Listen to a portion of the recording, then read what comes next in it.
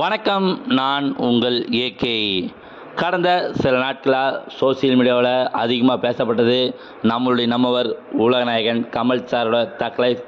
நமக்கே தெரியும், கமல் சாரும் இயக்குனர் மணிரத்னமும் கிட்டத்தட்ட 20 வருடங்களுக்கு மேலே இணைஞ்ச திரைப்படம் தான் இந்த தக் லைஃப். நாயகன் படத்துக்கு அப்புறம் கமல் சாரும் இயக்குனர் மணிரத்னமும் இணைஞ்சிருக்காங்க.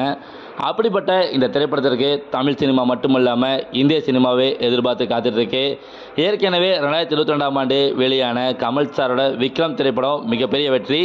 அது மட்டும் இல்லாமல் இயக்குனர் மணிரத்னம் இவரோட இயக்கத்தில் வெளியான பொன்னியின் செல்வன் இந்த படமும் இந்தியா முழுவதும் பேசப்பட்டுச்சு.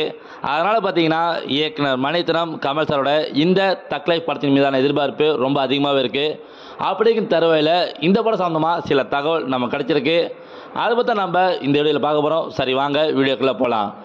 நமக்கே தெரியும், கமல் சாரோட இந்த தக் லைஃப் திரைப்படத்தில் சிலம்பரசன் இணைஞ்சிருக்காரு. அது மட்டும் இல்லாமல் கமல் சார் மற்றும் சிம்பு சம்பந்தமான காட்சிகள் டெல்லியில் படமாக்கப்பட்டிருக்கு. இன்னும் சொல்லப்போனால் கிட்டத்தட்ட இந்த படத்தோட படப்பிடிப்பு 50% நிறைவடைஞ்சிருச்சு. அதுக்கப்புறம் பார்த்தீங்கன்னா இந்த படத்தில் முக்கியமான ஒரு நடிகர் இணைய போகிறாரு. ஆமாங்க, கமல் சாரோட இந்த தக் லைஃப் படத்தில் முக்கியமான ஒரு தமிழ் நடிகர் இணைய போகிறாரு. அதுவும் கமல் சாரோட மிக தீவிரமான பக்தர். என்னது, ஜெயம் ரவி மீண்டும் இணைய போகிறாரான்னு நீங்கள் கேட்குறது எனக்கு புரியுது. ஜெயம் ரவி இல்லை, அசோக் செல்வன். நமக்கே தெரியும், கமல் சாரோட மிக தீவிரமான பக்தரில் அசோக் செல்வன் ஒன்று. பல இடங்களில் நடிகர் அசோக் செல்வன் சொல்லியிருக்காரு, நான் கமல் சாரோட பக்தர்னு. அப்படிப்பட்ட அசோக் செல்வன் இப்போ கமல் சாரோட தக் லைஃப் படத்தில் இணைய போகிறாரு. அதுவும் ஜெயம் ரவிக்கு பதிலாக. ஜெயம் ரவி ஏற்கனவே இந்த படத்தில் கால்ஷீட் கொடுத்தாரு. சில தவிர்க்க முடியாத காரணத்தினால இந்த படத்தில் வெளியே போயிட்டாரு.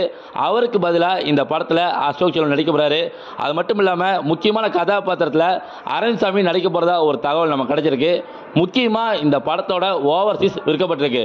என்னது, படமே எடுத்து முடிக்கல, எப்படி ஓவர்சீஸ் விற்கப்பட்டிருக்காங்கன்னு நீங்கள் கேட்குறது எனக்கு புரியுது. இந்த படத்தின் மீதான எதிர்பார்ப்பு காரணமாகவே இப்போவே இந்த படத்தோட ஓவர்சீஸ் ரைட்ஸை விற்றுருக்காங்க படக்குழு. அதுவும் லியோ படம் எவ்வளோ விற்கப்பட்டிருக்கோ அதை விட பல மடங்கு தொகைக்கு இந்த தக் லைஃப் படத்தோட ஓவர்சீஸை விற்றுருக்காங்க தக் லைஃப் படக்குழு. இதன் மூலமாக நமக்கு என்ன தெரியுதுன்னா, இது வரைக்கும் தமிழ் சினிமாவில் எந்த படமும் பண்ணாத மிகப்பெரிய சாதனையை இந்த தக் லைஃப் படம் ஓவர்சீஸ் ரைட்ஸில் பண்ணியிருக்கு. காத்திருப்போம் அது எவ்வளோ பெரிய தொகைன்னு.